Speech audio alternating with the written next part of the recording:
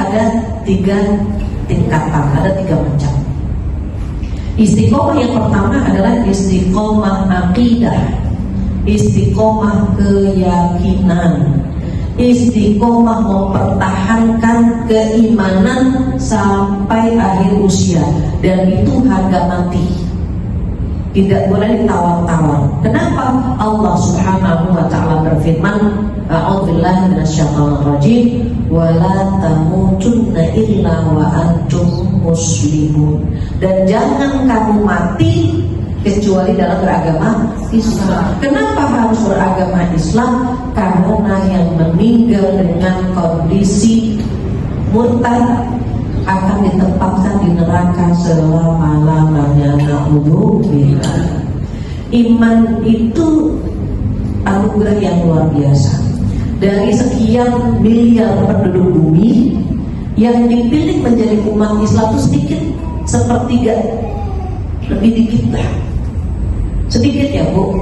Ini untuk memperkuat, Ibu boleh tolong buka surat Fatir, surat 35 ayat 32. Istiqomah nomor 2 dalam beribadah. Nomor 1 kan akidah Bu. Akidah harga mati ya Bu, nggak bisa ditawar-tawar di istiqomah nomor 1. Kalau nomor 2 istiqomah dalam beribadah. Bagaimana istiqomah dalam beribadah? Kalau sudah istiqomah sholat duha, terus istiqomah walaupun hanya 2 rakaat. Apa kata Rasulullah SAW? Khairul a'mal adwamuha wa inqallah. Amal yang paling bagus itu yang mudawamah. Apa mudawamah? Kontinuitas, walaupun hanya sedikit, tetapi kontinuitas, konsisten. Duha 2 rakaat, tapi terus-terusan setiap hari. Ada orang duha 8 rakaat, besoknya seminggu nggak duha.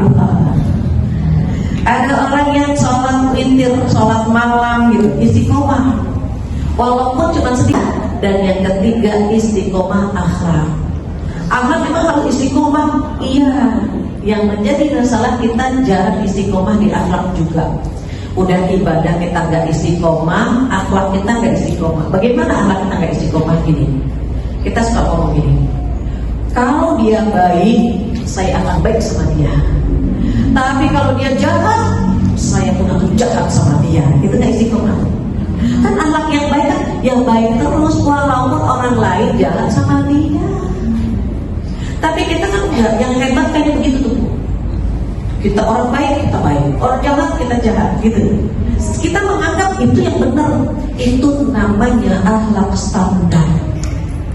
Akhlak terpuji nggak dipengaruhi orang lain Bu.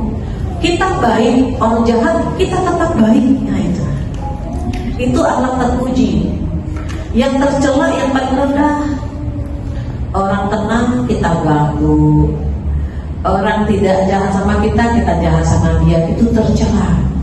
Istiqomah ibadah dan istiqomah akhlak. Maka kalau kita mau istiqomah, Allah ngasih 4 benefit, 4 keutamaan. Apa keutamaan yang pertama? Nah, Ibu lihat di ayat yang tadi, surat Fussilat ayat 30.